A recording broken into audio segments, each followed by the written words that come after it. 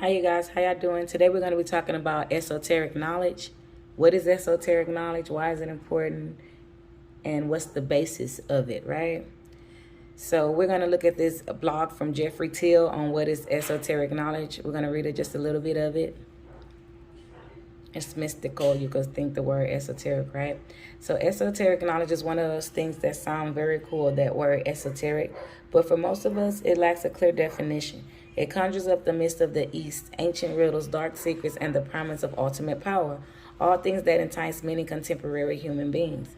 Because whatever esoteric knowledge is, it seems that an exciting offer is on the table with most offers. However, what is really on the table is a transaction. So to access esoteric knowledge, we need to know that not only what we are allegedly getting, but what we are trading away as well, right? So, you know, they always say pay the piper. We want to know what that means, right? So we're going to go look at some more definitions of esoteric. Right here it says esotericism. Esoteric teachings are practices, the quality of or condition of being esoteric. Esotericism, the holding of secret doctrines, the practice of limiting knowledge to a small group, an interest in items of a special, rare, novel, or unusual quality. All right? So, okay, that reminds me of like hidden knowledge that is available to a select few. Like, for example, philosophy, literature, arts, and symbols. We know Plato, Galileo, all of those, the knowledge that they have, they did not share that secret knowledge with everybody. It was forbidden. And the only way you could get it was, you know, by trading something off. Wonder what that could be, right? So let's go over to the next clip that I have here. And it says number 4, because we know that there are 6 principles of esoteric streams of knowledge. We're going to talk about number 4, all in reality, the seen and unseen. They're interconnected and interpenetrate one another. There are infinite dimensions that are interconnected to make a unified, harmonious whole. All points in space, time, and consciousness are connected. Metaphysical, on the left side, we have the metaphysical, the unseen, the spiritual, heavenly wave of nature, right? And then on the right side, we have physical, seen, material, earthly, and the particles of nature. So if we want to live in our spiritual realm, it'll be metaphysical. But living here in our avatar bodies, everything is the physical, the seen, the material, the earthly, the particle nature, right? As like matter. So to understand how everything seen and unseen interpenetrate, we have to understand the 2 realms of existence.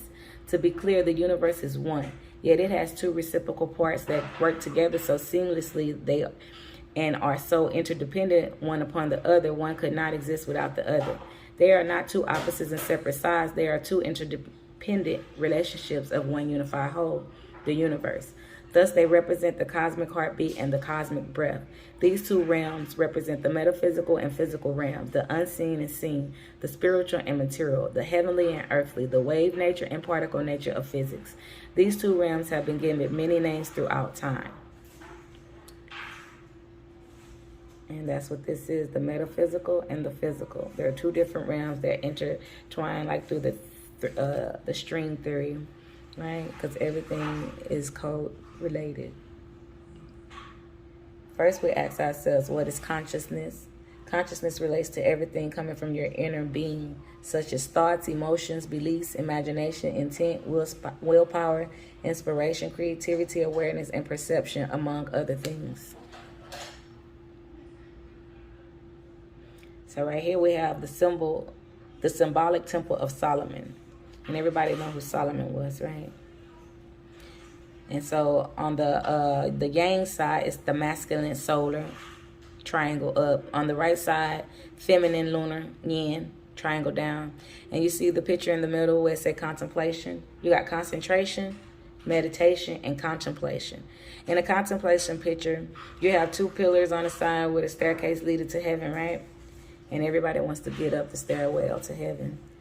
Anywho, so this is a satanic picture depicting the checker floorboard and all that, as so above, so below symbolism, the yin and the yang, the sun and the moon, duality, infinity, all that stuff right here in this one picture. And this is esoteric knowledge right before us. It's hidden knowledge that is available to a select few. Symbols, literature, art, in philosophy.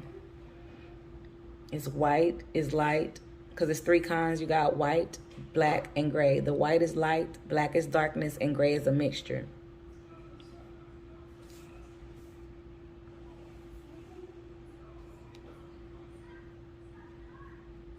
Right here we have another picture depicting esoteric knowledge as well.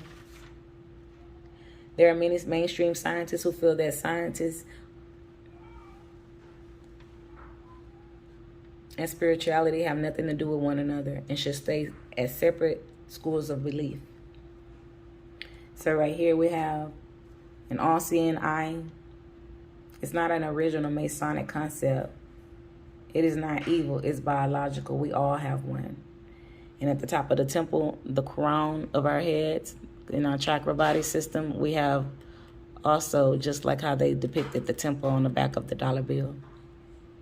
All that's esoteric knowledge. And it means to be conscious, to be awake.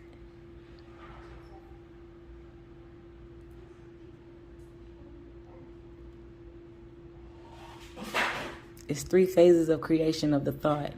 One is simulation of consciousness. Two is the field of consciousness. It carries impulses back to the brain and personality. And three is feedback. Impulses move towards personality via septonic field of consciousness.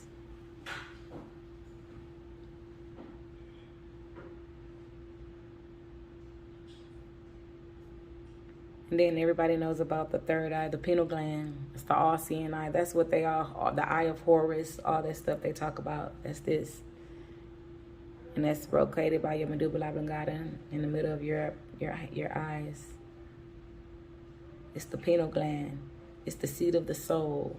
That's where all the ancient knowledge comes from. If you meditate, that's where you get your knowledge. As for 666 being the devil's number, the number 666 relates to the carbon atom of man. It's the carbon makeup of man. Carbon 12, one of 5 elements in the human DNA, is composed of 6 protons, 6 electrons, and 6 neutrons, which equates to 666. Carbon 12 is the most abundant of the 2 stable isotopes of the element carbon, according for 98.89% of carbon. Let that sink in. Melanin. How about that? And they always out there, 666 is an evil number, that's the devil's number. Well, if you want to consider yourself a devil, which is not true, because devils are spirits of the fallen. So, that's esoteric knowledge. That's what they don't want you to know. The makeup of man is 666. 6 carbons, 6 electrons, 6 protons. And that's the makeup of melanin. And that's why they always talk about sun blood this, sun blood that. And it says, every moment we spend in higher consciousness help uplift the consciousness of the whole world.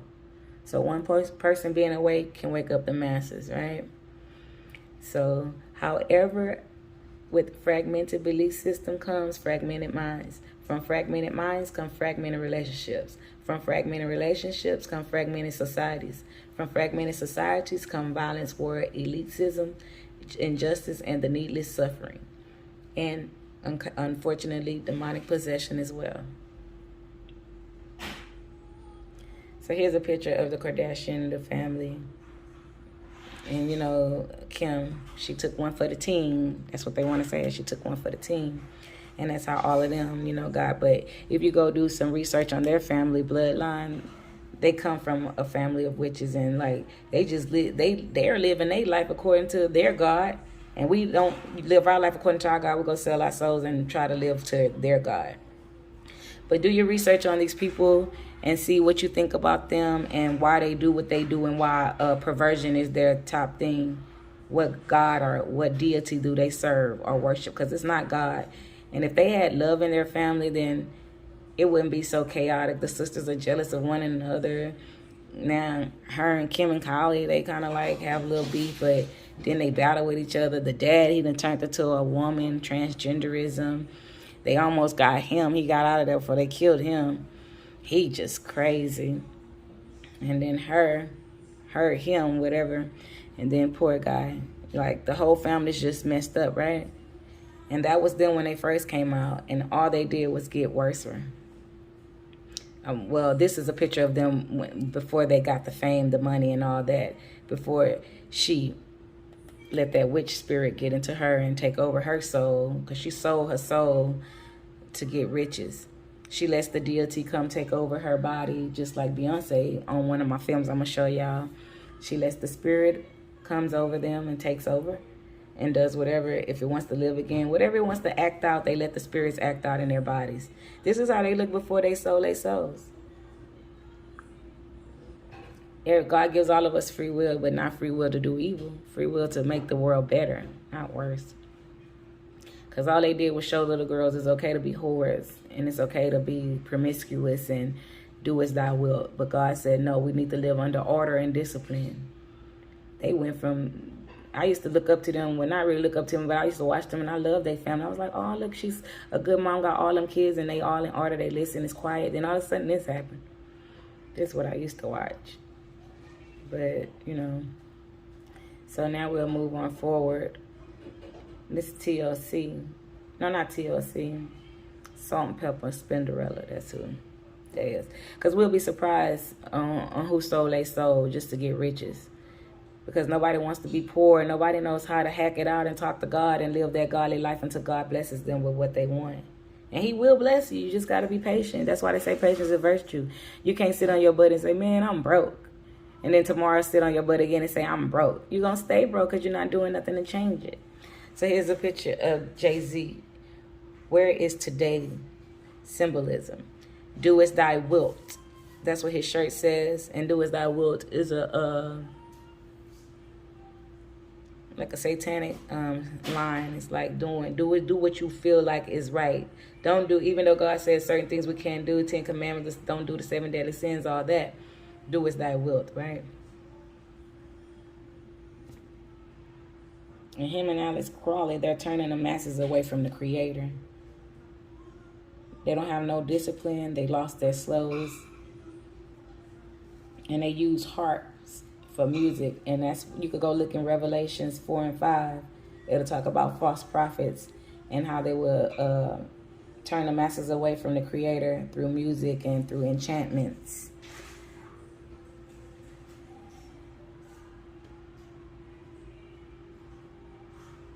He a follower of Crawley, and this is a picture of Alex Crawley.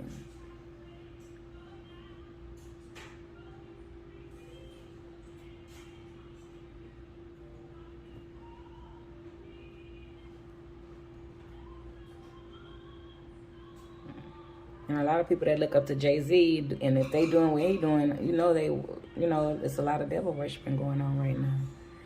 And everybody forgetting, because all they think about is money, cars, clothes, money, cars, and clothes, and all this other stuff. They're forgetting about the Creator, and the main reason he put us here is merits to demerits that determine where you go, heaven or hell. You know. So in this day and age, demonic possession is everything, because that's where they're getting their riches. Because the fallen, when they came here and bore children with the daughters of Seth. This is a picture of Cardi B and her husband Offset. And I was going to show you a video of hers. I wanted to play it backwards and show you how she walks with the cross upside down. Like if you look at it forward, it has her coming in the church and all this with the cross up. See how she got that cross upside down? That's satanic.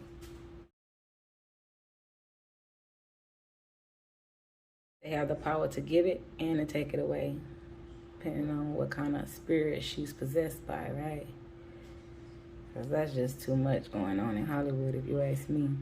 And it ain't that much money in the world made me want to give my soul up to Satan for some riches. And this is a clip from the movie Prophecy, where she was in the hospital because she tried to commit suicide. And he comes in looking for a soul to take, because remember what I told you, your merits versus your demerits determine where you go, heaven or hell. She was already on her way to hell, and he knew it, because he told her when he walked in, I could smell death. I smell it.